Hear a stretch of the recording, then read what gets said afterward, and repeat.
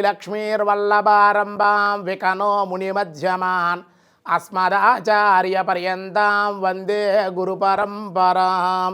శ్రీమద్వికనసగురవే నమః. లక్ష్మీ హైగ్రీవాయ నమః. వాగ్దేవ్యే నమః. శ్రీ మహాగణపతయే నమః. శ్రీ కాశీ విశ్వేశ్వరాయ నమః. భక్తివన్ తెలుగు వన్ భారతీయులకి, ప్రవాస భారతీయులకి కూడా మహాశివరాత్రి శుభాకాంక్షలు, శుభ ఆశీస్సులు. వాగర్ధావివ సంపృక్తో వాగర్ధ ప్రతిపత్తయే జగత పితరం వందే పార్వతీ పరమేశ్వరౌ. శుభోదయం 8/3/2024 స్వస్తి శ్రీ చంద్రమాన స్వభకృతనామ సంవత్సరం ఉత్తరాయణం శశర ఋతౌ మాఘమాసం కృష్ణపక్ష త్రయోదశి శుక్రవారం. త్రయోదశి రాత్రి 8:12 వరకు, శ్రవణ నక్షత్రం ఉదయం 8:35 వరకు, వర్జం మధ్యాహ్నం 12:20 నుండి 1:50 వరకు, దుర్ముహూర్తం ఈరోజు ఉదయం 8:37 నుండి 9:25 వరకు, మళ్ళీ మధ్యాహ్నం 12:25 నుండి 1:23 వరకు దుర్ముహూర్తాలు. సూర్యోదయం 6:17, సూర్యాస్తమయం 6:08. అమృత గడి రాత్రి 9:21 నుండి 10:51 వరకు. రాహుకాలం ఈరోజు ఉదయం 10:30 నుండి 12 వరకు రాహుకాలం. శుభ సమయం ఉదయం 6 నుండి 7 వరకు ఉదయ శుభకాలం. మధ్యాహ్నం శుభ సమయం 3 నుండి 4:30 వరకు శుభకాలం. శుభయోగం రాత్రి 11:42 వరకు. ఈ సమయంలో లింగోద్భవ రుద్రాభిషేకం జరుగుతుంది. లింగోద్భవ సమయంలో 11:42 మంచిది శివయోగం ఉంది ఆ సమయంలో. గరంజి ఉదయం 9:14, వని రాత్రి 8:12. ఈరోజు త్రయోదశి శుక్రవారం, శ్రవణ నక్షత్రం, విష్ణు ప్రీతికరం, శివ ప్రీతికరం, శివకేశవుల ప్రీతికరమైనటువంటి రోజు అన్నమాట. శుక్రవారం లక్ష్మీ ప్రీతికరం. అటు శివకేశవులకి భేదం లేదన్నట్టు శివస్య హృదయం విష్ణు, విష్ణోస్య హృదయం శివ అన్నట్లుగా ఆ భేదం లేదన్నట్లుగా శ్రవణ నక్షత్రం శుక్రవారం. అలాగే పరమశివుడికి మహాశివరాత్రి శుభాకాంక్షలు తెలియజేస్తూ అటువంటి శుభమైనటువంటి దివ్యమైన రోజు. అన్ని కార్యాలకి ఈరోజు చాలా అనుకూలం. పూజలకి, అభిషేకాలకి, హోమాలకి, రుద్రాభిషేకాలకి, చాలా విశేషమైనటువంటి పుణ్యక్షేత్ర సందర్శనలకి చాలా అనుకూలం. దినారంభ చక్రాన్ని బట్టి ఈరోజు మేష, వృషభ, మిథున, కర్కాటక రాశి వారికి అత్యంత అనుకూలంగా ఉంది. సింహ, కన్య, తుల, వృశ్చిక రాశి వారికి కూడా చాలా బాగుందని చెప్పబడుతోంది. ధనస్సు, మకర, కుంభ, మీనరాశుల వారికి కూడా చాలా సానుకూలంగానే ఉంది అని చెప్పడం జరుగుతోంది.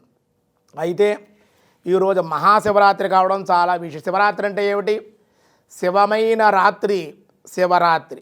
అన్ని రాత్రుల కన్నా గొప్ప రాత్రి మహారాత్రి శివరాత్రి. ప్రతి మాసం కూడా మహాశివరాత్రి వస్తుంది. మహాశివరాత్రులకే విశేషమైన రాత్రి, సంవత్సరం ఒక్కసారే వచ్చే రాత్రి శివరాత్రి. అయితే జన్మకో శివరాత్రి అని పెద్దలు అంటూ ఉంటారు. అంటే ఒక మానవుడు తరించపోవడానికి ఒక శివరాత్రి చాలు అన్నారు. అంటే అంత శక్తివంతం, ఎంత శక్తివంతమైందో శివరాత్రి చూడండి. జన్మకో శివరాత్రి అన్నారు. కనీసం జన్మలో అయినా సరేటండి శివరాత్రి రోజు శివుడికి రుద్రాభిషేకం చేయించుకోవడం, ఇంట్లో కానీ గుళ్ళో కానీ వెళ్ళి పుణ్యక్షేత్రాలకు వెళ్ళాలి, చక్కగా శివుడికి రుద్రాభిషేకం చేయించుకోవాలి. ఏమండి, తర్వాత దర్శనం చేయాలి, బిల్వపత్రాలు సమర్పించాలి, గోక్షేరంతో అభిషేకం చేయాలి. రాత్రి ఒంటిపూట భోజనం చేసి లేదా జాగరణ చేయొచ్చు. చక్కగా భోజనం మారి పలహారాలు, పండ్లు, పాలు, ఆవు పాలు తీసుకోవడం చేసి రాత్రి మట్టికి జాగరణ. ఈ శివరాత్రి ఉపవాసం కన్నా జాగరణ చాలా ప్రధానం. ఉపవాసం ఎంతో, జాగరణ అంత ఎక్కువ విశేషాన్ని ఇస్తుంది. కాబట్టి రాత్రి అంతా జాగరణ చేయమన్నారు కదా, సినిమాలకు వెళ్ళడం, టీవీలు చూడటం అది కాదన్నమాట. జాగరణ చేయమన్నారు. టీవీలు అంటే భక్తి కార్యక్రమాలు చూడాలి శివుడి గురించి. అది ఏమండి, పరమశివుడిని స్మరించడం, భగవంతుడు స్మరించడం, ఆరాధించడం, పూజించడం, ఆయన అభిషేకాల్లో, ఆయన కైంకర్యంలో ఉంటే కనుక జాగరణ వెళ్ళిపోతే. అదే శివాలయ పుణ్యక్షేత్రాలకు వెళ్ళామనుకోండి, లేదంటే ఇంట్లో ఏకాదశి రుద్రాభిషేకం పెట్టుకున్నారనుకోండి, రాత్రి ప్రశాంతంగా మనకు తెలియకుండానే జాగరణ జరిగిపోతుంది ఆ పూజలో అన్నమాట. అంత శక్తి. చాలామంది నిద్ర కాపుకోలే గురువుగారు అంటే కూడా వాళ్ళకి చెప్పడం జరిగింది. అమ్మ రాత్రి 11 గంటల 10 గంటల రుద్రాభిషేకం ప్రారంభించుకోండి. ఏకాదశి రుద్రాభిషేకం అంటే 3-4 గంటలు పడుతుంది కాబట్టి మీకు తెల్లవారిపోతుంది. ఎలాగా జాగరణ చేసినట్టు అవుతుంది. పరమశివుడు ఆరాధనలోనూ ఉన్నారు మీరు, చాలా మంచిదని చెప్పి అలా ఆచరించారు వాళ్ళు కూడా. తెలియకుండానే జాగరణ భగవన్ నామస్మరణతో కైంకర్యంతో వెళ్ళిపోతూ ఉంటుందన్నమాట. అటువంటి పరమశివుడు బోలాశంకరుడు తొందరగా ప్రత్యక్షమయ్యే దైవం ఏదన్నా ఉందంటే, కోరికలు తొందరగా నెరవేర్చేటువంటి వారు ఎవరైనా ఉన్నారంటే బోలాశంకరుడే. అటువంటి పరమశివుణ్ణి విశేషంగా ఈరోజు మహాశివరాత్రి కాబట్టి శివమైన రాత్రి శివరాత్రి కాబట్టి అన్ని రాత్రులు కన్నా గొప్ప రాత్రి శివరాత్రి అన్నారు. అటువంటి పరమశివుణ్ణి ఆరాధించాలి, స్మరించాలి. గోక్షీరంతో పంచామృతాలతోటి కుశోదకంతో అలాగే మనకి తెల్లవాళ్ళు శుద్ధోదకంతో బిల్వపత్రాలతోటి రుద్రాక్ష ఉదకంతో బిల్వోదకాలతోటి బిల్వపత్రాలు వేసే నీళ్ళల్లో పుష్పోదకాలతోటి భస్మోదకంతో హరిద్రోదకం చందనోదకం గోక్షీరం గోదది గోఆజ్యం తేనె మధు అంటారు దీన్ని చక్కెర పండ్ల రసాలు చెరుకు రసం ప్రధానంగా చాలా ప్రీతి వీటిలతో కాశీగంగా ఈ వీటిలో చక్కగా స్వామి విశేషంగా భక్తి ప్రపత్తులతో అభిషేక ప్రియో రుద్ర అలంకార ప్రియో విష్ణు నమస్కార ప్రియో సూర్య అన్నట్లుగా అలంకార ప్రియుడు శ్రీ మహావిష్ణువు నమస్కార ప్రియుడు సూర్యుడు స్వామివారు అభిషేక ప్రియో రుద్ర అభిషేకం కాసేపు చెంబులు రాగితో చెంబుతో ఇతర స్టీల్ చెంబులతో కాదు ప్యాకెట్ల పాలు ప్లాస్టిక్ గ్లాసులతో ఇలాంటి వాటితో చెప్పుడు కూడా అభిషేకం చేయకూడదు. శంఖంతో కానీ ఒక ఇతర పాత్ర రాగి పాత్ర వెండి పాత్ర తీసుకోవాలి. అటువంటి వాటితో స్వామి చక్కగా అభిషేకం చేయాలి. చేసి నమస్కారం చేసి స్వామిని స్తుతించాలి. శివపంచాక్షరి మంత్రాన్ని జపించుకోవాలి. ఈ రోజంతా కూడా వందే శంభుముమాపతిం సురగురం వందే జగత్కారణం వందే పన్నగభూషణం మృగధరం వందే పశూనాం పతిం వందే సూర్య శశాంకవన్నినయనం వందే ముకుంద ప్రియ వందే భక్తజనాశ్రయంచ వరదం వందే శివం శంకరం.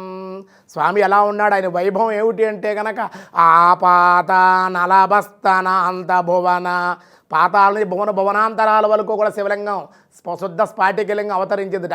ఆపాత నలభస్తనాంత భువన బ్రహ్మాండమా విస్ఫురత్ జ్యోతిస్ఫాటికలింగ మౌళే విలసత్పూర్ణేందువాంతామృతై అస్తోకాప్లుతమేకమీశ నిసమృద్రానువాకాన్ జపన్ జాయే దీప్తిత సిద్ధయే ధ్రువపదం విప్రోభీషం శివం బ్రహ్మాండ వ్యాప్తదేహభసిత హిమరుచభాసమానాంబుజాంగై కంఠే కాళకపర్ధి కలిత శశి కళాచండ కోదండహస్త త్రక్షారుద్రాక్షమాల సలలత వ్యవస అని స్వామిని విశేషంగా మనం త్రక్షారుద్రాక్షమాల అని రుద్రాక్షమాలను ధరించుంటాట, అసలు విభూతిని ధరించుంటా. శాంభవామూర్తి భేద రుద్రశ్రీ రుద్రసూక్త ప్రకటిత విభవాన ప్రయచ్చంతి సౌఖ్యం. అటువంటి రుద్రసూక్తాన్ని నమ్మక చమకాలతో విశేషంగా నేను అభిషేకిస్తున్నానయ్యా, నన్ను అనుగ్రహించవయ్యా స్వామి. దయాలువైనటువంటి ఆ స్వామిని విశేషంగా అభిషేకం చెయ్యాలి. మనకు ఆ విధంగా శివకేశవులకు భేదం లేదన్నమాట. స్వామికి చక్కగా అభిషేకం చేసి నేను కూడా చేస్తాను, ఇబ్బంది ఏమీ లేదు. పాశుపతంతో చేసుకుంటే ఈరోజు ఇంకా విశేషమైనటువంటి శక్తి కలుగుతుందన్నమాట. కాబట్టి అందరికీ కూడా మరొక్కసారి భక్తి వన్ తెలుగు వన్ మళ్ళీ నా తరపుని అందరికీ కూడా భారతీయులకి ప్రవాస భారతీయులు మహాశివరాత్రి శుభాకాంక్షలు శుభ ఆశీస్సులు. మాతాపితృలైనటువంటి ఆ పార్వతీ పరమేశ్వరి ఈ అందరికీ కూడా వాళ్ళ అనుగ్రహం కలగాలని కోరుకుంటూ ఉన్నాం. ఈరోజు భగవద్గీతలో కృష్ణ పరమాత్మ 18వ అధ్యాయంలో ఏం చెబుతున్నారో చూద్దాం. మోక్ష సన్యాస నామాధ్యాయ పార్థాయ ప్రతిబోధితాం భగవతా నారాయణేన స్వయం వ్యాసేనాగ్రదిత పురాణమునినా మధ్యే మహాభారతం అద్వైతామృతవర్షిణీం భగవతీమష్టాదశాధ్యాయిని అంబా త్వామనుసందదామి భగవద్గీతే భవద్వేషిణీ. నియతస్య తు సన్యాసస్య కర్మణో నోపపద్యతే మోహతస్య పరిత్యాగా తామసా పరికీర్తితః. నియతస్య తు సన్యాసస్య కర్మణో నోపపద్యతే అంటున్నారు. మోహతస్య పరిత్యాగః తామసః పరికీర్తితః అంటున్నారు. ఎంత విశేషంగా చెప్పారో చూడండి. నియతస్య అంటే శాస్త్రవిహితమైనటువంటి కర్మణ పనులు అంటే కర్మాచరణలు, సన్యాసస్య విడిచిపెట్టేటువంటి సన్యాసము, ఉపపద్యతే ఉచితము కాదు, విడిచిపెట్టడం ఉచితం కాదు, ఏ విడిచిపెట్టకూడదు అవి ఏమిటో కూడా చెబుతున్నాను. కానీ మోహత కావున మోహవశము కాకుండా తస్య పరిత్యాగి దానిని పరిజింజుట తామస తామసత్యాగ పరికీర్తిత తామసత్యాగం అని చెప్పబడుతున్నది. అంటే నిషిద్ధ కర్మలు ఏవైతే చేయకూడదో కామ్యకర్మలు ఆచరణ త్యాగము చేయుట సముచితమే, కానీ శాస్త్ర విహితమైన కర్మాచరణ చేయుట ఉచితము కాదు. చేయవలసిన పనులు చెయ్యాలి, యజ్ఞం చెయ్యాలి, దానం చెయ్యాలి, బ్రాహ్మణుడు నిత్యకర్మానుష్ఠానం చెయ్యాలి, గాయత్రి చెయ్యాలి, నిత్యాగ్నిహోత్రం చేసుకోవాలి, అప్పుడే వాడికి శక్తి. అలాగే కోరికలు చేయకూడని పనులు అటువంటివి చేయకుండా ఏవి చేయొచ్చు ఏవి చేయకూడదో చెబుతూ ఉన్నారు. శాస్త్ర విహిత కర్మాచరణ త్యజించడం ఉచితము కాదు. శాస్త్రం శాస్త్రం అంటే వేదం, వేదం చెప్పేది శాస్త్రం చెబుతోంది. శాస్త్రం ఏం చెప్పేదో దాన్ని విడిచిపెట్టడం మంచిది కాదు, విడిచిపెట్టకూడదు. నిషిద్ధ కర్మలు ఏవైతే ఉన్నాయో చేయకూడనటువంటి ఏవైతే ఉన్నాయో అటువంటి పనులు చేయకూడదు. కావున మోహవశమున దాన్ని త్యజించుట తామసమని అనబడుతుంది అని విశేషంగా. సన్యాసము అంటే సన్యత్న్యాస సన్యాస, అన్నీ విడిచిపెట్టివేటివి. అవి ఏ విడిచిపెట్టాలి? దుష్టకార్యాలు విడిచిపెట్టి, ఆడంబరాలు, ఈ భోగాలు, ఈ మోహాలు, వీటి నుండి వెళ్లకుండా నిరాడంబరుడై, సన్యాసి ఎప్పుడు కూడా నిరాడంబరుడై ఉండాలి మనకి. అలా ఉంటేనే వాడు సన్యాసి అనుకో. ఎంతోమంది సన్యాసులు కాలినడకన కూడా నడిచినటువంటి వాళ్ళు వాహనాలు ఎక్కకుండా కూడా ఉన్నాయి. ఈ రోజుల్లో అంటే తప్పదనుకోండి, మరి దూర ప్రాంతాలు అయ్యాయి. కానీ భోగాలు అవన్నీ ఉండకూడదు అన్నమాట. పాదపూజ చేస్తే ఎంత, చేయి పూజ చేస్తే ఎంత, ఇంటికి వస్తే ఎంత, హెలికాప్టర్లు ఇవన్నీ అటువంటివి కోరకూడదు. సన్యాసి అంటే ఏ విధమైన కోరికలు, కేవలం వాడి కోరిక ఒకటే ఒక కోరిక, మోక్షం పరమాత్మ, ఇంకా రెండోది ఏది కూడా లేదన్నమాట. భక్తులు తన శక్తితో, తన తపోశక్తితో, తన జపశక్తితో, తన ఆ సన్యాసమైన ఆధ్యాత్మ నిరంతర సాధనతో భక్తుల్ని ఏదన్నా ఉపకారం చేయగలిగితే లోకానికి, మానవులకు ఉపకారం చేయడమే సన్యాసి యొక్క లక్షణాలు. ఎలా ఉంటాయి? మంచి కార్యక్రమాలు, చేయవలసిన కార్యక్రమాలు ఏవి విడిచిపెట్టకూడదు. భగవత్ స్వరూపంగా వచ్చి రాముడు కానీ కృష్ణుడు కానీ సంధ్యావందనాలు కూడా విడిచిపెట్టలేదు, వాళ్ళు ఆచరించారు. నిత్యకర్మ అనుష్ఠానాలు కాబట్టి ఏవైతే కర్మలు అటువంటి కర్మలో నిషిద్ధమైనటువంటి కార్యాలు విడిచిపెట్టేయాలి అని సన్యాసం యొక్క గొప్పతనం, దాని లక్షణాలు వివరంగా సంపూర్ణంగా స్వామి తెలియజేస్తూ ఉన్నాను. ఇంకా ఏం తెలియజేశారనే విషయాలు రేపు చూద్దాం. ఈరోజు స్వస్తి.